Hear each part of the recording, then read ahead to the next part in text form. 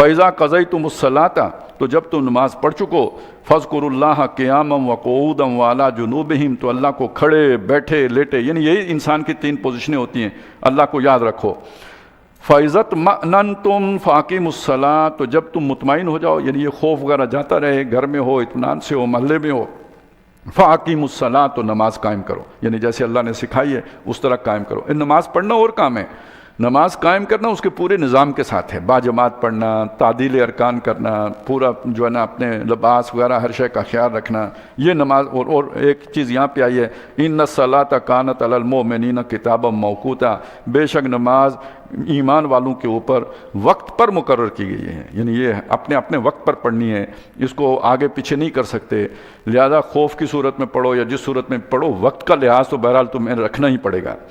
وَلَا تَهِنُوا فِي ابْتِغَاءِ الْقَوْمِ، جیسے نماز میں چستی کرنا ہے، وقت پر پڑھنی ہے، آگے پیچھے نہیں ہونا ہے، اسی طرح جو دشمن قوم ہے اس کا پیچھا کرنے میں بھی سستی نہیں کرنی ہے، پوری چابک دستی کے ساتھ اس کے پیچھے جانا ہے۔ ان تکونوا تعلمون، اگر اس معاملے میں تمہیں رنج پہنچتا ہے، تم مصیبت اٹھاتے ہو، تکلیف سے دوچار ہوتے ہو، اور تمہیں کوئی جو ہے نا وہ سختی آتی ہے، مشقت برداشت کرنی پڑتی ہے، فَإِنَّهُمْ يَعْلَمُونَ كَمَا تَعْلَمُونَ تو وہ بھی تو یہ اس علم سے گزرتے ہیں جس سے تم گزر رہے ہو۔ وَتَرْجُونَ مِنَ اللَّهِ مَا لَا يَرْجُونَ، جبکہ تمہیں اللہ سے اس بدلے کی امید ہے جسے ان کو تو نہیں، وہ پھر بھی وہ کام کر رہے ہیں، تو تمہیں تو ان سے بڑھ کر یہ کام کرنا چاہیے کہ تمہیں تو اللہ سے بہت بڑا اجر ملنا ہے۔ وَكَانَ اللَّهُ عَلِيمًا حَكِيمًا، اور اللہ تعالیٰ علم والا بھی ہے اور حکمت والا بھی ہے۔ اِنَّا أَنزَلْنَا إِلَيْكَ الْكِتَابَ بِالْحَقِّ، اے نبی ہم نے آپ پر کتاب اتاری ہے سچی، لِتَحْكُمَ بَيْنَ النَّاسِ تاکہ آپ لوگوں کے درمیان فیصلہ کریں۔ اب یہ ذرا دیکھیں یہاں پہ قرآن مجید کیا بات کہہ رہا ہے۔ اللہ نے کتاب اتاری ہے، ہر حرف پر پڑھنے پہ 10 نیکیاں ہیں، الف لام میم پڑھنے پہ 30 نیکیاں ہیں، لیکن یہ تو اضافی بات ہے، یہ تو حاشیہ آرائی ہے۔ اصل میں کتاب کیوں اتاری ہے؟ لِتَحْكُمَ بَيْنَ النَّاسِ تاکہ آپ لوگوں کے درمیان فیصلہ کریں، بِمَا أَرَاكَ اللَّهُ جو اللہ نے آپ کو سکھایا ہے اس کے مطابق۔ اگر یہ نہیں کر رہے فیصلہ، چوری کی سزا آپ اپنی مرضی سے دے رہے ہیں، وہ جو اللہ نے بتائی ہے وہ نہیں دے رہے، تو پھر تو کتاب کے نازل کرنے کا مقصد فوت ہو گیا۔ یہ ہے جو بات یہاں پہ آئی، بلکہ یہ یہاں پہ واقعہ بھی یہی ہے۔ مسئلہ یہ ہوا کہ ایک مسلمان نے چوری کی، کسی کے گھر سے آٹا چوری کیا، تو اب اس کی قسمت خراب تھی، اس سے پہلے چور اس تھیلے میں کوئی سوراخ کر گیا تھا، اسے نہیں پتہ چلا، اس نے اٹھایا، چل پڑا تو وہ نشان کہیں گرا، اب وہ لے کے مطلب آٹا گرتا گیا، وہ نشان پورا بنتا گیا، وہ گھر لے گیا آٹا، پھر اسے کوئی چھٹی اس نے کام کیا کہ اس نے اپنے گھر سے نکالا، اور جیسے آف شور کمپنیاں نہیں ہوتی آج کل، اس طرح جا کے اس نے پڑوس میں کسی یہودی کے پاس رکھوا دیا امانتاً کہ میرا یہ آپ جو ہے نا آپ اپنے گھر میں رکھو۔ اب اگلے دن جب وہ دیکھا گیا آٹا غائب ہے، پھر اس کی تلاش شروع ہوئی، وہ نشان پکڑ کے جو بھی کھوجی تھے وہ اس کے گھر پہنچ گئے، اس کے گھر پہنچے، وہ قسم اٹھا کے مکر گیا کہ میں نے تو چوری نہیں کی، خام خواہ الزام ہے، ہم آپ کردار کشی کرتے ہو، جیسے ہوتا ہے اس طرح کے لوگ جس طرح کا وہ سیاپا ڈالتے ہیں، اس نے سیاپا ڈال دیا، اس کی ساری برادری بھی آ گئی اپنے بندے کی حمایت میں، اندازہ انہیں ہو گیا کہ چور یہی ہے، لیکن اپنے وہ جو بھی ایک ہوتا ہے نا ناک کٹ جائے گی ہمارے قبیلے کی، ہمارے خاندان کی، تو اس ناک بچانے کی خاطر سارے اس کے پیچھے متحد ہو گئے، اور انہوں نے اس طرح کے آ کے جی یہ تو بہت اچھا آدمی ہے، بڑا نیک آدمی ہے، کیا پتہ کہا ہو تہجد گزار بھی ہے، جیسے ہو سکتا ہے تسبیح بھی پکڑا دی ہو، تو جو نیک بننے کے سارے طریقے ہوتے ہیں وہ کر کے نبی صلی اللہ علیہ وسلم کے سامنے اسے ایک فرشتہ قسم کا آدمی بنا کے پیش کیا، اور اس سے یہ لگا کہ حضور ان کے دلائل سے اور جو بھی ان کی جو بھی چکنی چپڑی باتیں تھیں ان میں آ کے تو وہ جو یعنی اسے بری کر دیتے، یا وہ جنہوں نے الزام لگایا تھا ان کو سزا دے دیتے کہ بھئی آپ نے جھوٹا الزام لگایا ہے، اس کی عزت جو ہے وہ پامال ہوئی ہے، تو اللہ نے آیتیں اتار دی۔ تو نبی صلی اللہ علیہ وسلم کو خطاب کیا اور فرمایا کہ یہ قرآن ہم نے اس لیے نہیں اتارا کہ بس یہ آپ نے نماز میں پڑھنا ہے، یہ اس لیے اتارا کہ جو مجرم ہے اس کو اس کے نازل کردہ احکام کے مطابق سزا دی جائے، تو وہ یہ ہے وَلَا تَقُلْ لِلْخَائِنِينَ حَسِيمًا، یہ ایک آیت کا جو حصہ ہے نا یہ یاد کر لیں، یہ حضور سے کہا گیا، آگے جا کے ہم سورہ قصص میں پڑھیں گے، یہی بات حضرت موسیٰ سے کہی گئی، کسی بھی خیانت کرنے والے کی طرف سے جھگڑا کرنے والے مت بنو، جھگڑا کرنے والے یعنی وکیل نہ بنو اس کے، اگر دل میں ایمان ہو تو پھر یہ کہ پتہ ہو یہ شخص مجرم ہے تو اس کی طرف سے وکالت اس معنی میں تو ہو سکتی ہے کہ اسے کم سے کم سزا دلائی جائے، لیکن یہ کہ اسے بالکل بری کرا دیا جائے اور کہیں کہا جائے کہ یہ معصوم ہے، یہ تو قرآن کے اس حکم کے صریح خلاف ہے۔ فلا تقل للخائنین خصیما، جھگڑا کرنے والے، آرگومنٹ کرنے والے، طرف دار بننے والے اس کی طرف سے جس نے خیانت کی ہے مت بنو، ہرگز نہ بنو۔ اب یہ دیکھیں، یہ اب ہوتا ہے نا جھگڑا ہے، کافروں کے ساتھ جھگڑا ہے، ایک مسلمان ہے دوسری طرف کافر ہے، لیکن سچ پر کافر ہے مسلمان جو ہے نا وہ خائن ہے، تو یہ حکم ہر مسلمان کے لیے ہے۔ اپنے اس مسلمان بھائی کا ساتھ نہیں دو گے، اب جو سچ ہے وہ بولو گے۔ فلا تقل للخائنین خصیما واستغفر اللہ، یہ جو تھوڑا سا بھی ٹلٹ ہوا تھا اس پر اللہ کی استغفار کیجیے، اللہ سے معافی مانگیے۔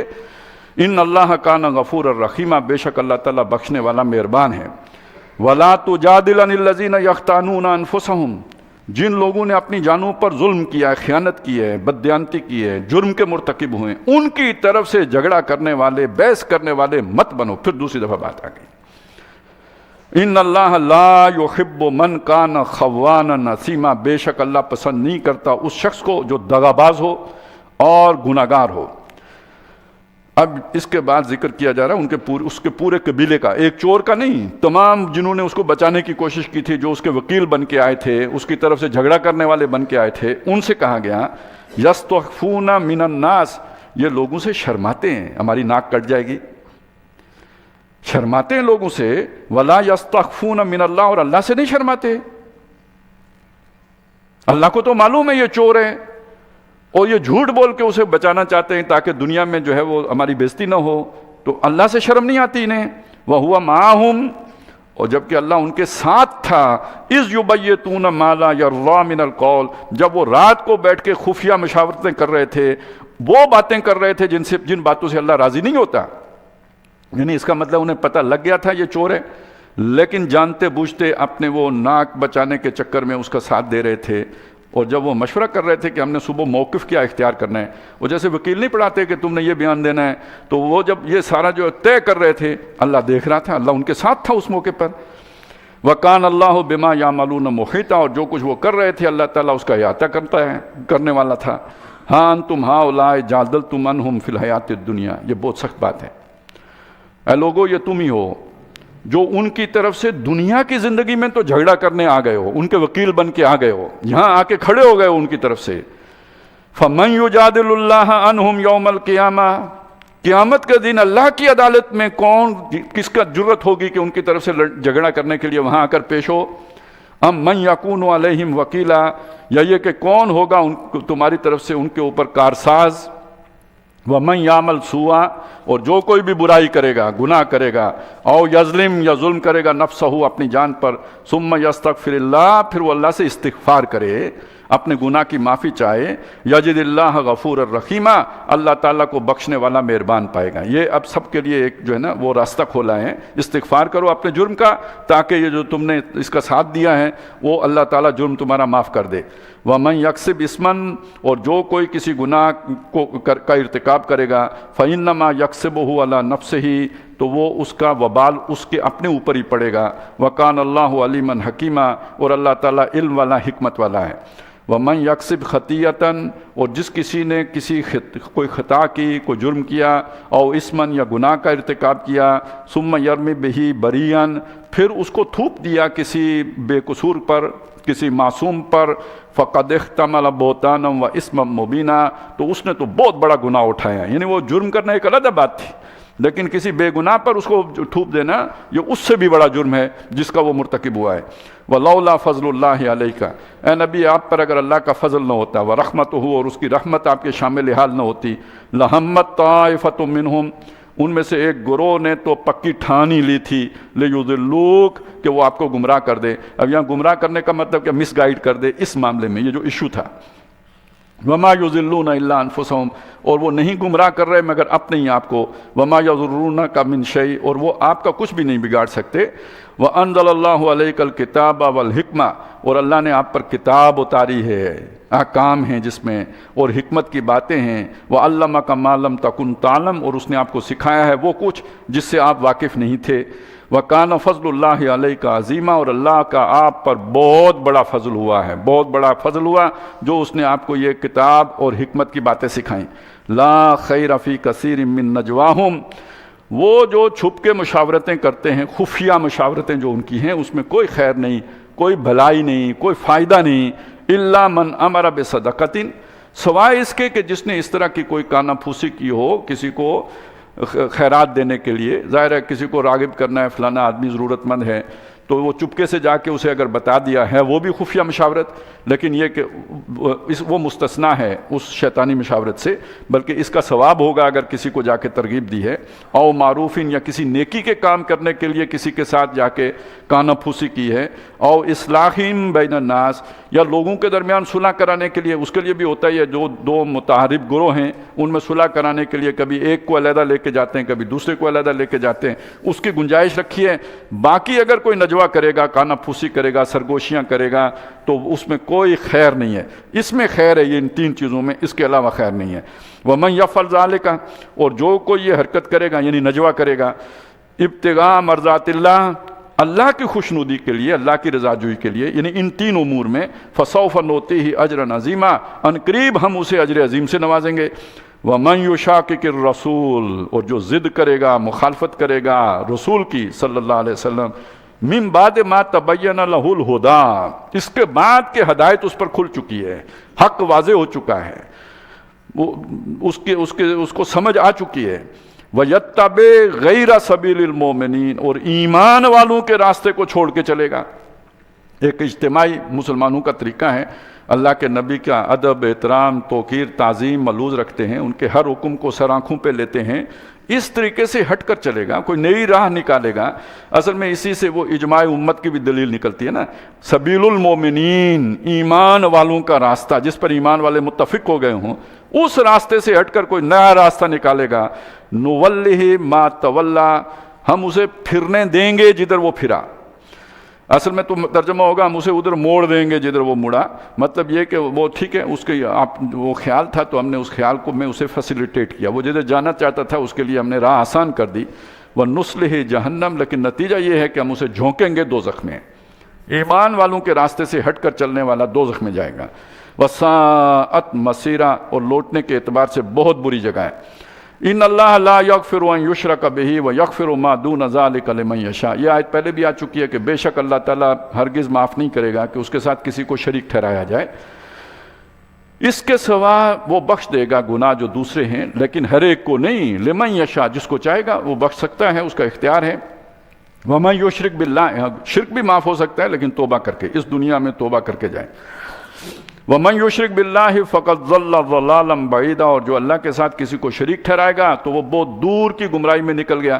یہ جو قرآن مجید میں آتے ہیں نا دور کی گمراہی، اس کا مطلب کیا ہے؟ یہ شاہراہ ہے، جیسے صراط مستقیم ہے، اس سے کوئی پھسل کے جیسے گاڑی نیچے اتر گئی تو اسے آپ خود بھی زور لگا کے چڑھا سکتے ہیں واپس اوپر، لیکن یہ کہ کہیں دور نکل گئی تو پھر اس کے واپس آنے کا کوئی امکان نہیں ہوتا، کسی کھائی میں گر گئی تو واپس آنے کا کوئی امکان نہیں ہے، تو بہت دور کی گمراہی میں نکل گئے ہیں۔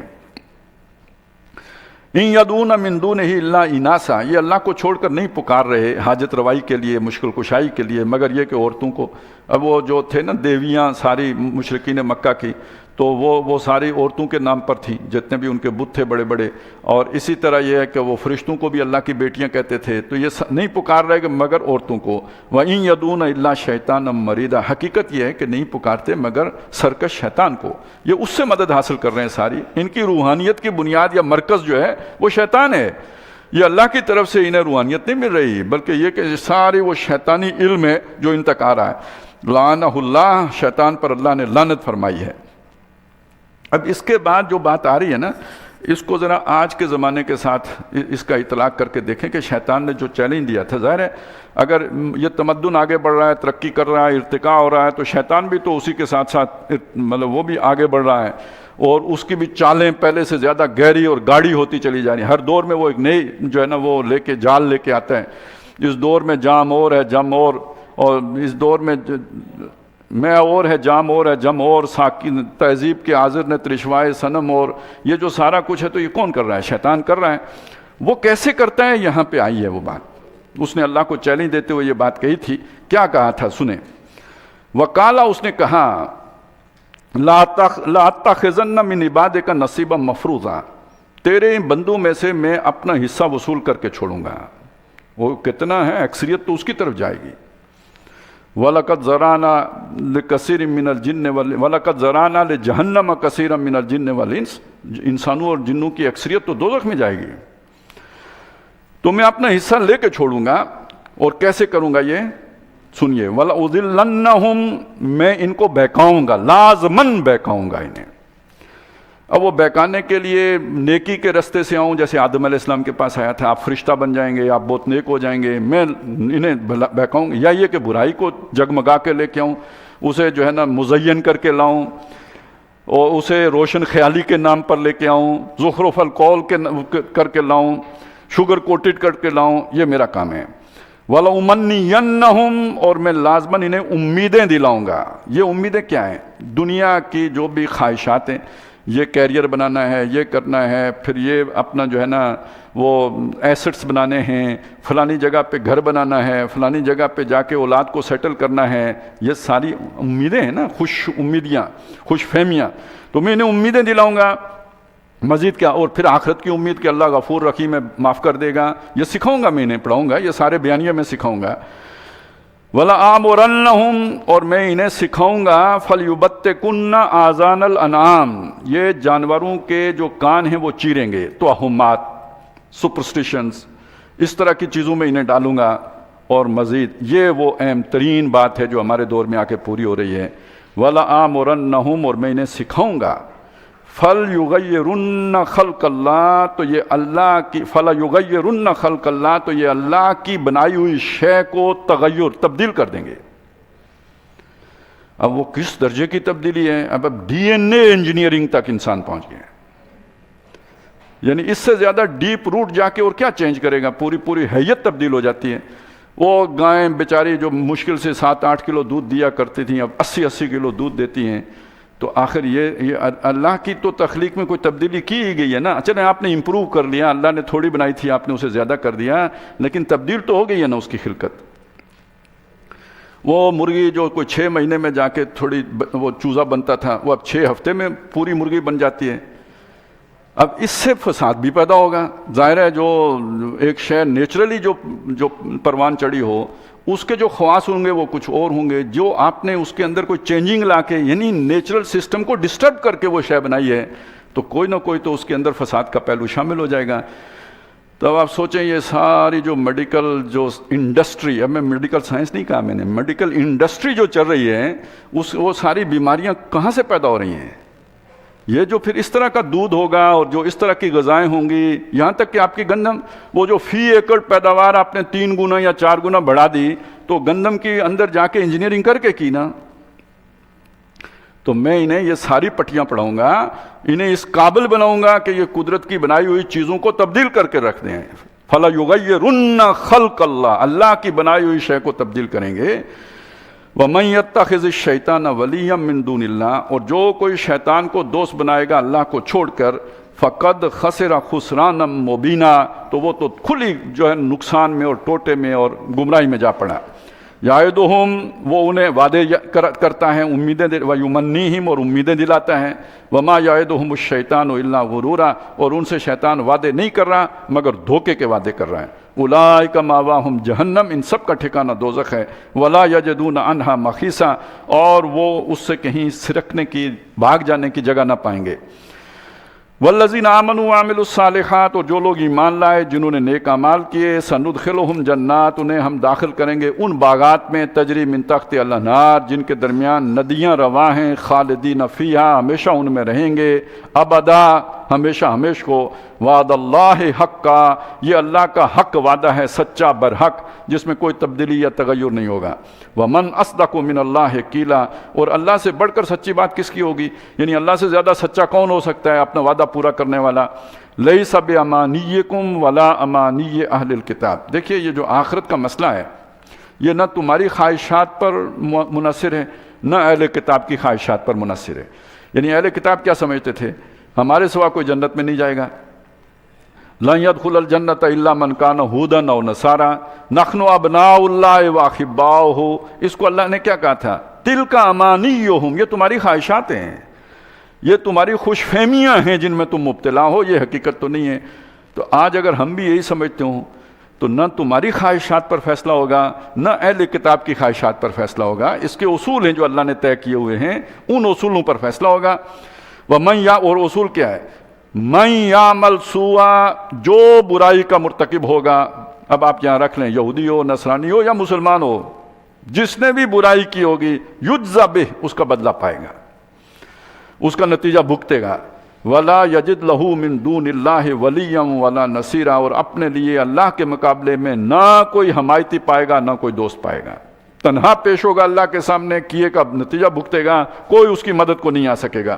ومن یعمل من الصالحات، اور جو نیکیوں میں سے کوئی کام کرے گا، من ذکر او انثی، خواہ وہ مرد ہو یا عورت ہو، وہو مؤمن، شرط یہ ہے کہ ایمان والا ہو۔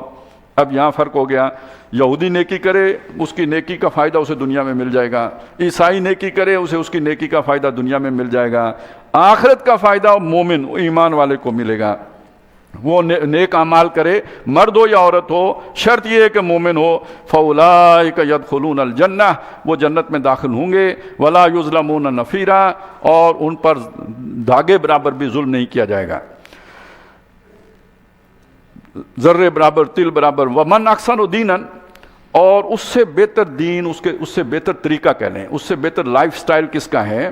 ممن اسلم وجہہ للہ، کہ جس نے اپنا چہرہ جھکا دیا ہو اللہ کے آگے، سر تسلیم خم کر دیا ہو اللہ کے احکام کے آگے۔ وہو محسن، وہ ہو بھی نیکوکار۔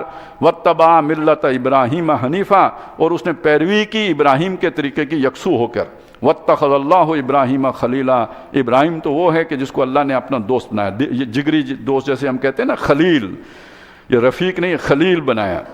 وَلِلَّهِ مَا فِي السَّمَاوَاتِ وَمَا فِي الْأَرْضِ، اور اللہ ہی کے لیے ہے جو کچھ، یعنی مالک اللہ ہے، آسمانوں اور زمین میں جو کچھ ہے سب کا۔ وَكَانَ اللَّهُ بِكُلِّ شَيْءٍ مُحِيطًا، اور اللہ تعالیٰ ہر شے کا احاطہ کرنے والا ہے۔ وَيَسْتَفْتُونَكَ فِي النِّسَاءِ، اے نبی یہ آپ سے فتویٰ طلب کرتے ہیں، پوچھتے ہیں، سمجھنا چاہتے ہیں عورتوں کے بارے میں۔ یعنی کون سی عورتیں؟ وہ یتیم بچیاں جن کا ذکر اس سورہ مبارکہ کے شروع میں آیا تھا۔ مسئلہ کیا آیا تھا؟ مسئلہ یہ آیا تھا کہ وہ یتیم بچیاں کہ جن کے تم ذمہ دار ہو، اور یہ چاہتے ہو کہ تم ان سے شادی کر لو، لیکن اس کے بعد ہوتا یہ ہے کہ تم ان کے حقوق کا خیال نہیں کرتے، اس لیے کہ ان کی طرف سے کوئی تمہیں پوچھ گچھ کرنے والا نہیں ہوتا۔ تو بہتر یہ ہے کہ تم ان سے نکاح کرنے کے بجائے کسی اور کے نکاح میں دو، تاکہ ان کی طرف سے کل کوئی وکالت کرنی پڑے، ان کی طرف سے حفاظت کرنی پڑے ان کے حقوق کی، تو تم ان کی طرف سے حفاظت کرنے والے بن کے کھڑے ہو۔ اس رہنمائی کو یہ سمجھا گیا کہ شاید ایسی بچیوں سے نکاح کرنا جو ہے وہ جائز ہی نہیں ہے، جبکہ تجربے سے یہ بات سامنے آئی کہ اگر دیکھیں ایسے اگر برے کزنز ہیں تو اچھے بھی ہو سکتے ہیں، کہ یہ اگر اپنے ہی کسی رشتہ دار کے گھر میں رہتی تو اس جہاں بیائی گئی ہے اس کے مقابلے میں زیادہ جو ہے امن سے رہتی، زیادہ جو ہے نا خوشحال رہتی، سکون سے رہتی۔ تو ان تجربات کی روشنی میں یہ سوال کیا گیا کہ کیا وہ بالکل ہی حرام ہے یا کیا جا سکتا ہے؟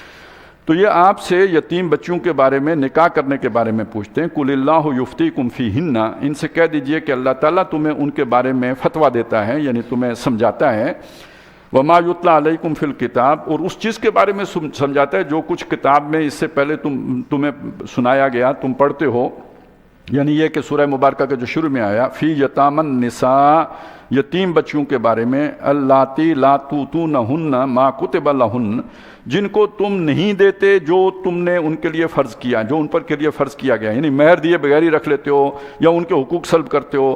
وترغبون ان تنکحوہن، اور چاہتے ہی ہو، رغبت رکھتے ہو کہ تم ان کے ساتھ نکاح کر لو۔ والمستضعفین من الولدان، اور جو شروع میں آیات آئی تھی چھوٹے بچوں کے بارے میں جو کمزور بچے ہیں ان کے لیے، یہ سب کیوں تھا؟ وَأَن تَقُومُوا لِلْيَتَامَى بِالْقِسْطِ، تاکہ تم انصاف کرنے والے بن کر کھڑے رہو یتیموں کے لیے، یعنی ان کے حقوق کا تحفظ ہونا چاہیے۔ اصل مسئلہ یہ ہے وہ پروٹیکٹڈ ہونے چاہیے، یہ نہ ہو کہ وہ معاشرے میں رل جائیں۔ تو وہ سارے احکام ہم نے اس لیے دیے تھے۔ گویا اب اگر تم یہ سمجھتے ہو کہ تم خود شادی کر کے ان کو اچھے یہ سارے حقوق دے سکتے ہو اللہ کے ڈر کی وجہ سے، تو اس میں کوئی حرج نہیں ہے۔ وَمَا تَفْعَلُوا مِنْ خَيْرٍ، جو کوئی تم بھلائی کا کام کرو گے، فَإِنَّ اللَّهَ كَانَ بِهِ عَلِيمًا، تو بے شک اللہ تعالیٰ کو سب معلوم ہے۔ وَإِنِ امْرَأَةٌ خَافَتْ مِنْ بَعْلِهَا نُشُوزًا، یہ کل ایک مضمون آیا تھا کہ جو اچھی نیک عورتیں ہیں فالصالحات و قانتات، وہ اپنے خامدوں کی فرما بردار ہیں. اور آگے ذکر آیا تھا کہ کوئی ایسی ہے جو بدتمیز ہے یا یہ کہ بات نہیں مانتی ہے، نافرمان ہے، گستاخیاں کرتی ہے، تو اس کو ٹھیک کرنے کا طریقہ کیا ہے، وہ پورا سٹیپ بائی سٹیپ وہ ہم پڑھ چکے.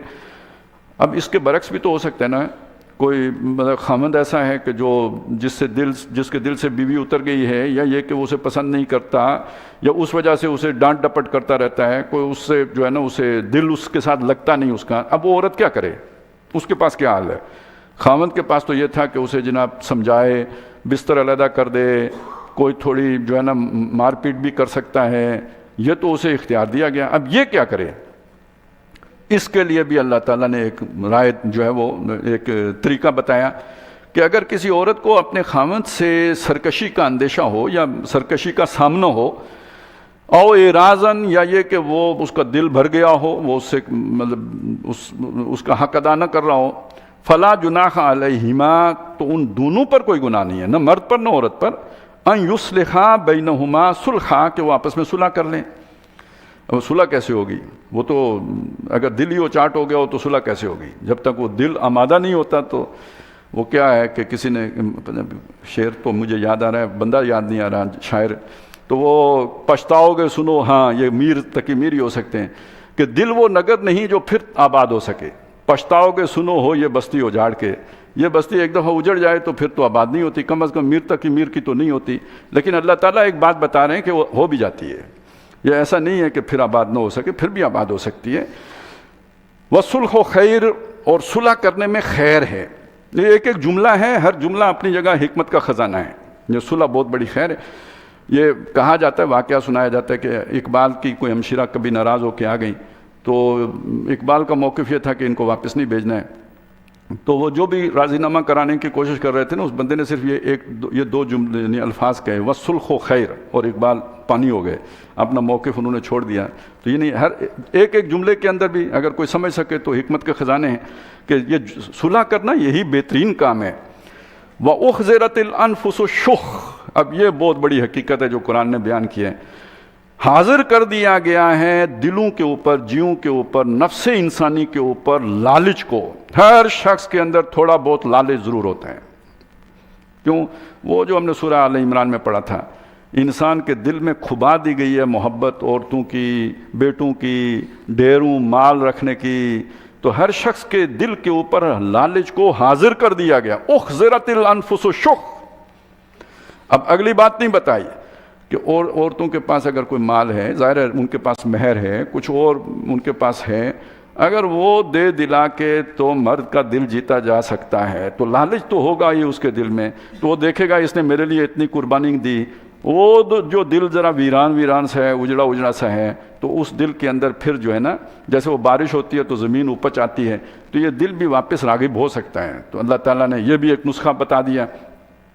وَإِن تُحْسِنُوا وَتَتَّقُوا، اور اگر تم یہ احسان کی روش اختیار کرو گے اور اللہ سے ڈرتے رہو گے، فَإِنَّ اللَّهَ كَانَ بِمَا تَعْمَلُونَ خَبِيرًا، تو جو کچھ تم کرتے ہو اللہ تعالیٰ اس سے باخبر ہے.